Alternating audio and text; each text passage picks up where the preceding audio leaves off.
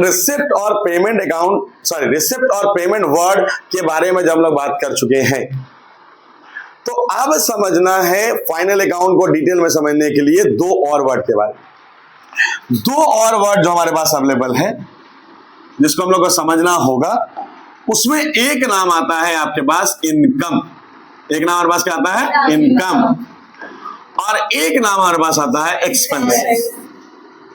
अब ये इनकम और एक्सपेंस किसको कहते हैं, पहले इसको क्लियर करना है।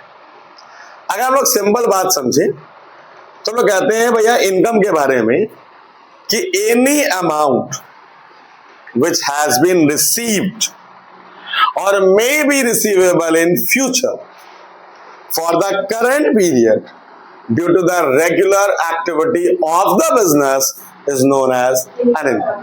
हम लोग कहते हैं कि जनरली हर वो अमाउंट जो हमको मिल गया या मिलना बाकी है करंट पीरियड के लिए बिजनेस की रेगुलर एक्टिविटी के वजह से, वो हमारे लिए करंट पीरियड का क्या कहलाएगा, इनकम कहलाएगा। क्या कहलाएगा हमारे लिए? एग्जाम्पल के तौर पे अगर आप देखोगे तो बड़ा सिंपल एग्जाम्पल ले लो। इमेजिन करो कि हम आपसे फी ले रहे हैं, सितंबर का महीना चल रहा है। इमेजिन करते हैं कि भाई एक पर्टिकुलर बैच मेरा है और एक पर्टिकुलर बैच में मान लेते हैं मेरे पास 40 स्टूडेंट है। इमेजिन क्या कर रहे हैं कि एक बैच में मेरे पास कितना स्टूडेंट है, 40 स्टूडेंट। अब इमेजिन कर लेते हैं कि भैया एक स्टूडेंट से जो हम फी ले रहे हैं दैट इज 500 रुपीज। अब मान लेते हैं कि बात आया गया भाई 40 स्टूडेंट में, अब मेरे को अभी तक जो फी मिल गया है वो मिल गया है 30 स्टूडेंट का और 10 का मिलना अभी भी बाकी है।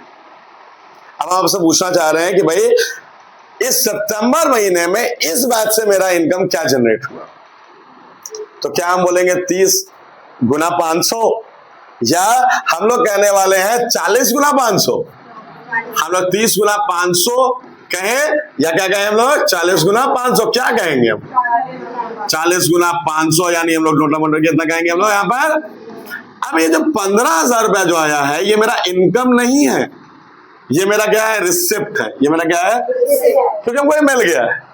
और ये जो 40 गुना 500 यानी 20,000 जो मेरे पास आया है ये मेरा income for the September from this batch है। समझ में आ रहा है बात? अब अगर डेफिनेशन को देखो तो हम लोग यही बात तो कहते हैं कि any amount which has been received, तो रिसीव कितना हो गया था भैया, और may be receivable in future, अभी लेना बाकी कितना होगा सर, ठीक है बात। अब किसके लिए भैया, करंट पीरियड के लिए, बिजनेस की रेगुलर एक्टिविटी की वजह से। अब फी लेना एक टीचर के लिए क्या होगा, एक रेगुलर एक्टिविटी होगा, ऑटोमेटिकली ये 20,000 रुपीज क्या होगा मेरा इस बैच से इस महीने का क्या होगा, इनकम होगा। तो इनकम वर्ड को अगर हम डिफाइन करें तो सिंपली हम लोग कहेंगे कि any amount which has been received or may be receivable in future for the current period due to the regular activity of the business is known as an income. याद रहेगा हम लोग सबको। अब यहां अगर गौर करो तो इनकम जब क्लियर हुआ तब समझेंगे एक्सपेंस किसको कहते हैं। आप इनकम के डेफिनेशन को ही यूज करोगे एक्सपेंस में, केवल ध्यान क्या रखना होगा, वो जो रिसीव्ड था वो बन जाएगा पेड, और वो जो रिसीवेबल था वो क्या बन जाएगा, पेबल। तो हम लोग क्या कहेंगे कि any amount which has been paid or may be payable in future for the current period due to the regular activity of the business is known as an expense. हर वो अमाउंट जो पे कर दिए, यहां पे करना बाकी है करंट पीरियड के लिए, बिजनेस की रेगुलर एक्टिविटी के वजह से, वो हमारे करंट पीरियड के लिए क्या कहलाएगा, एक्सपेंस कहलाएगा। क्या कहलाएगा हमारे लिए? तो उम्मीद है कि हम लोग इनकम क्लियर कर लिए होंगे, एक्सपेंस क्लियर किए होंगे। अगर आप बिजनेस की बात करो तो आपको यह समझना होगा कि भाई बिजनेस में ये जो इनकम और ये जो एक्सपेंस होता है ये दो तरह का होता है। ये कितने तरह का होता है? दो तरह का। हम लोग एक को नाम अगर लेंगे तो हम लोग कहेंगे एक को डायरेक्ट और एक को कहते हैं इनडायरेक्ट। एक को हम नाम देंगे डायरेक्ट और एक को नाम देंगे हम लोग। अब डायरेक्ट और इनडायरेक्ट का मतलब क्या होता है? तो अगर हम लोग सिंपल समझे तो कहेंगे कि भैया हर वो पर्टिकुलर इनकम और एक्सपेंस जो बिजनेस में रॉ मटेरियल को परचेज करने से लेके फिनिश गुड में कन्वर्ट कर सेल करने तक के बीच होगा, वो सारा का सारा इनकम और एक्सपेंस क्या कहलाएगा मेरे लिए? डायरेक्ट इनकम या डायरेक्ट एक्सपेंस कहलाएगा। क्या कहलाएगा मेरे लिए? कहां से कहां तक चलना है फिर से कर लो। रॉ मटेरियल को परचेज करने से लेके फिनिश गुड्स में कन्वर्ट करके सेल करने तक के बीच में जो इनकम और एक्सपेंस होगा, उस इनकम और एक्सपेंस को क्या कहेंगे हम? अगर आप मेरा बात गौर किए हो तो ये जो डेफिनेशन हम लिए हैं, ये मैन्युफैक्चरिंग बिजनेस के हिसाब से लिए। किसके हिसाब से लिए हैं? तो हम लोग पढ़े थे बिजनेस दो तरह का होता है, एक होता है मैन्युफैक्चरिंग, होता है ट्रेडिंग। अब अगर इसी चीज को ट्रेडिंग बिजनेस में बोलेंगे तो क्या बोलेंगे? सिंपल बात कि फिनिश गुड्स को परचेज करने से लेके फिनिश गुड्स को बेचने तक में जो हमारा इनकम और एक्सपेंस होगा, हमारे लिए वही इनकम और एक्सपेंस क्या कहलाएगा? डायरेक्ट इनकम या डायरेक्ट एक्सपेंस कहलाएगा। एग्जांपल के तौर पे अगर आप देखो तो आप रॉ मटेरियल परचेज किए, तो एक आप जैसे ही परचेज किए हो गया, आपके लिए एक एक्सपेंस क्रिएट हो गया परचेज नाम का, यानी परचेज ऑफ रॉ मटेरियल को अगर आप लोगे तो परचेज ऑफ रॉ मटेरियल आपके लिए कौन सा एग्जांपल हो गया? डायरेक्ट एक्सपेंस के लिए। अब आप जो रॉ मटेरियल परचेज करके लाए उसको फैक्ट्री तक लाना होगा। फैक्ट्री तक जब लाओगे तो उसको लोड और अनलोड करने के लिए वेज देना पड़ेगा। उस वेजेस को भी, जिसको आप यहाँ पर वेजेस कह रहे हो या इसको आप डायरेक्ट वेज कहो, आप इसको डायरेक्ट एक्सपेंस कहोगे। क्या कहोगे आप इसको?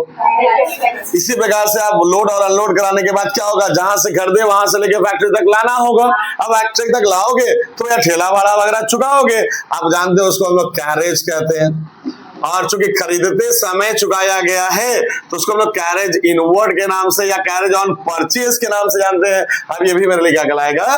डायरेक्ट एक्सपेंस कहलाएगा। क्या कहलाएगा मेरे लिए? ठीक इसी प्रकार से क्या होगा? आप उसको लेके आए फैक्ट्री में, फैक्ट्री में क्या करोगे? आप बनाओगे। आप फैक्ट्री में बनाने के लिए मान लो कि भाई आपके पास फैक्ट्री में फ्यूल लग जाएगा, ठीक है। मान लो भाई फैक्ट्री में आपके पास क्या होगा? फ्यूल के अलावा फैक्ट्री में जो लोग काम कर रहे होंगे उनको पैसा देना पड़ जाएगा। तो जो भी कुछ फैक्ट्री में खर्चा लगेगा वो सारा खर्चा क्या कहलाएगा?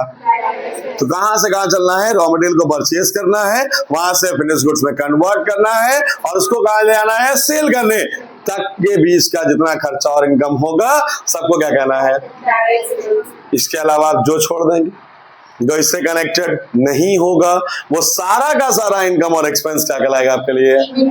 एग्जाम्पल के तौर पे अगर आप देखो तो सोचना एक बात ये होगा कि अगर मान लो कि आप इलेक्ट्रिसिटी बिल को क्या किए? पे किए। किसको पे किए? इलेक्ट्रिसिटी बिल को अगर आप पे किए। अब ये इलेक्ट्रिसिटी बिल आपके यहाँ दो तरह का पे हो सकता होगा। एक जो मैन्युफैक्चरिंग करते समय फैक्ट्री का लगा होगा, एक जो आपके ऑफिस में लगा होगा, है ना। अब अगर गलती से ये फैक्ट्री में लगा होगा तो ये फैक्ट्री का इलेक्ट्रिसिटी बिल किसका एग्जाम्पल हो जाएगा? और अगर ये फैक्ट्री का ना होकर के अगर ये ऑफिस में होगा, इसका प्रोडक्शन से कोई वास्ता, सेल से कोई वास्ता, ये कहां चला जाएगा? ठीक है सर। यानी इन शॉर्ट अगर कहें तो हम कहेंगे कि फैक्ट्री के सारे खर्चों को, फैक्ट्री के सारे खर्चों को आप क्या कंसीडर कर रहे हो? डायरेक्ट कंसीडर कर रहे हो, और जितना ऑफिस का खर्चा हो जाएगा वो सारा खर्चा आपके लिए क्या कहला जाएगा? इनडायरेक्ट एक्सपेंस कहलाएगा। क्या कहलाएगा आपके लिए? यानी हमारी बात को गौर करें तो हम लोग कहेंगे सिंपली कि भाई सैलरी दे दी है किसी स्टाफ को जो ऑफिस का था, क्या कहलाएगा सर? Indirect expense. अगर सैलरी दे दी है किसी स्टाफ को जो फैक्ट्री का था, कहां चला जाएगा? सिंपल बात समझ में आ गया होगा। तो हमारे पास एक्सपेंस और इनकम कितना हो गया? दो। कौन कौन हुआ? डायरेक्ट और। अब जनरल तौर पर रॉ मटेरियल परचेज करने से लेके फिनिश गुड्स कन्वर्ट करके सेल करने तक के बीच में जनरल तौर पे इनकम एक ही दिखता है, और वो होता है सेल। सेल क्या होगा? इनकम जनरेट कराएगा। लेकिन इसके अलावा जो आपको इनकम नजर आएगा वो सब किसका पार्ट बन जाएगा? जैसे एग्जांपल के तौर पे देख लो, आप क्या करोगे? कमीशन रिसीव करोगे। कमीशन को रिसीव करना कहीं भी रॉ मटेरियल परचेज करने से लेके फिनिश गुड्स कन्वर्ट करके सेल करने तक के बीच का पार्ट नहीं। ठीक है बात? क्या कहलाएगा आपके लिए? उम्मीद है क्लियर हो गया। तो एक्सपेंस और इनकम कितना हो गया? दो। एक हो गया डायरेक्ट, एक हो गया। अब जिस तरीके से ये दो हुआ है डायरेक्ट और इनडायरेक्ट, ठीक उसी प्रकार से इनडायरेक्ट इनकम और एक्सपेंस भी दो होता है।